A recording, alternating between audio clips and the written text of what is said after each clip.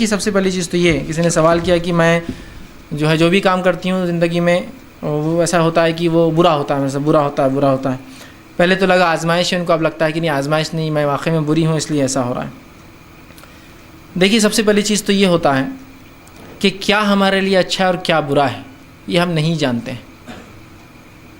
تو کبھی کبھار انسان اپنے لیے دعا کی شکل میں بد دعائیں کرتا رہتا ہے. وہ تو دعا کر رہا ہے اللہ مجھے فلاں مکان دے دے، اللہ جانتا ہے وہ اس کے لیے اچھا نہیں ہے، تو وہ دعا کی شکل میں بد دعا کرتا ہے، اور جب وہ نہیں ملتا تو بولتا ہے یار کیا فائدہ اب زندگی جی کے وہ چیز نہیں ملی. تو آپ در حقیقت دعا کی شکل میں اپنے لیے بد دعائیں کر رہے تھے، اس لیے کہ اللہ جانتا تھا وہ آپ کے لیے اچھا نہیں ہے، میں اور آپ نہیں جانتے تھے. سمجھے؟ تو آپ کی جو سوچ ہے آپ آزمائش میں ہے، اس سوچ کو آپ جاری رکھیے کہ اللہ آپ کو آزما رہا ہے. اس لیے کہ اگر آپ اللہ کے دین پر ہے، توحید پر ہے، شرک سے بچتے ہیں، کتاب و سنت پر ہے، نمازوں اور فرائض کی ادائیگی ہو رہی ہے، تو اس کا مطلب آپ اچھے انسان. اب آپ کی جو بھی آپ کے ساتھ ہو یہ آزمائش مانی جائیں گی، یاد رکھیے یہ آزمائش. اب اس آزمائش میں آپ کھڑے اترنے کی کوشش کیجیے، اس آزمائش میں آپ صبر کیجیے اور اللہ سے دعا کیجیے، اس لیے کہ انسان کسی چیز کو اپنے لیے اچھا سمجھتا ہے، اللہ بہتر جانتا ہے وہ اچھا ہے یا نہیں.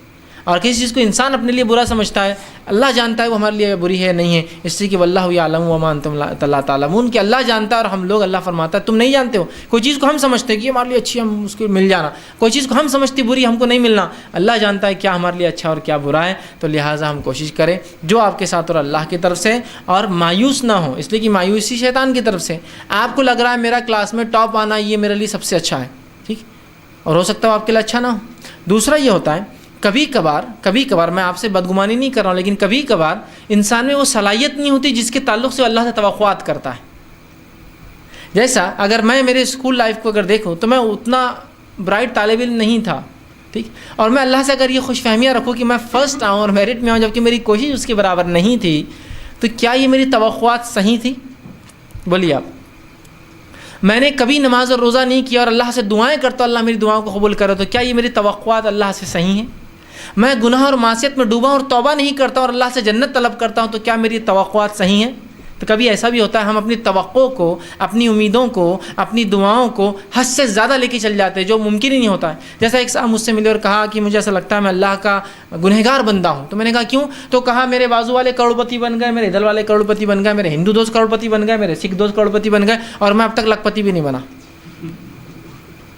تو اس لیے میں ناکام ہوں. تو میں نے کہا اگر پیسہ نہ ہونا ناکامی ہے تو نبی اکرم صلی اللہ علیہ وسلم کا جس روز انتقال ہوا 32 درہم آپ نے ادھار لیے ہوئے تھے، آپ پہ قرض تھا جو کہ بعد میں چکایا گیا.